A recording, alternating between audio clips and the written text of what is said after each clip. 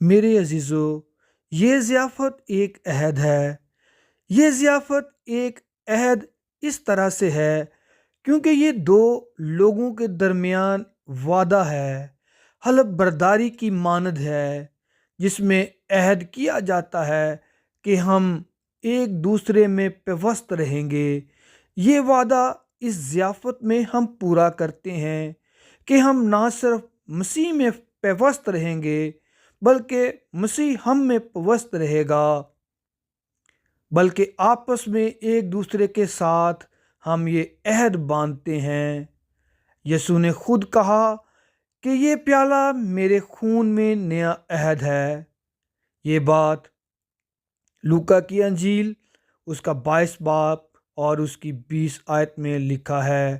ہم اس ضیافت میں اکیلے نہیں ہوتے بلکہ ان لوگوں کے ساتھ جو اس نئے عہد میں شامل ہوتے ہیں ان کے ساتھ اس ضیافت میں شامل ہوتے ہیں۔ یہ روٹی صرف یسوع کے جسمانی بدن کی علامت نہیں جو صلیب پر ہمارے لیے مصلوب ہوا، بلکہ یہ اس کے روحانی بدن یعنی کلیسیا کی بھی علامت ہے جس کے ہم اعضاء بھی ہیں۔ یہ ضیافت برکت بھی ہے۔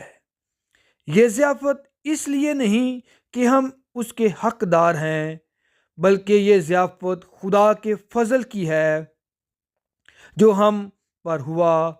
جب ہم خدا کی تابع داری میں یہ ضیافت مناتے ہیں تو ہم خدا سے برکتیں حاصل کرتے ہیں اور ایمان کے وسیلہ سے مسیح کی زندگی ہمیں ملتی ہے۔ جب ہم یسوع کے صلیبی کام پر نظر دوڑاتے ہیں تو تب ہمیں شفا ایمان کے وسیلہ سے حاصل ہوتی ہے جو ایک برکت بھی ہے۔ در حقیقت ہم اس لیے صلیب پر یسوع کی موت کی بدولت ہمیں ہر طرح کی برکت میسر ہوتی ہے۔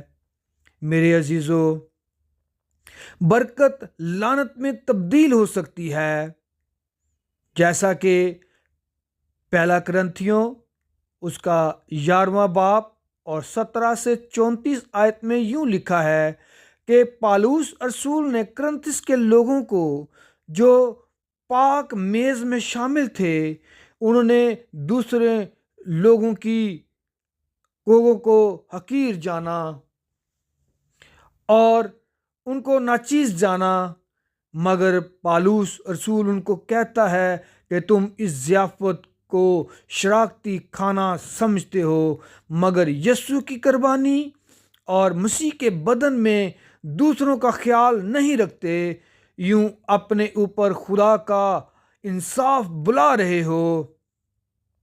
نتیجہ یہ ہوا کہ سب لوگ جو یہ حرکت کرتے تھے بیمار ہو گئے اور کچھ سو گئے۔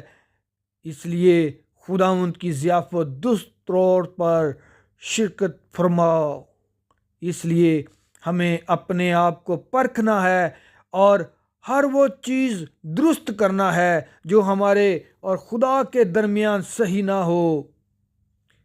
ہمیں یہ ضرور یاد رکھنا چاہیے کہ مختلف کلیسیائیں خدا کی ضیافت منانے کے اصول مختلف ہیں۔ قیادت کی اجازت کے بغیر ان اصولوں کے برخلاف جانا بہت غلط بات ہوتی ہے۔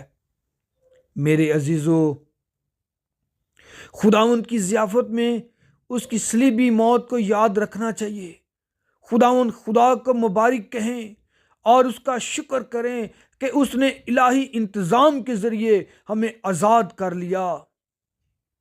ہمیں چاہیے کہ ہم اس میں درست طریقے سے پیوست رہیں اور ضیافت میں ایک دوسرے کے خیال رکھیں اور پاک صاف درست چال چلن سے اس ضیافت میں شامل ہوں اور ہر وقت اپنے گناہوں کا اقرار کرتے رہیں، کیونکہ اس نے ہمیں پاک کرنے کا وعدہ کیا ہے اور ہمیشہ اس کی آمد کے منتظر رہیں۔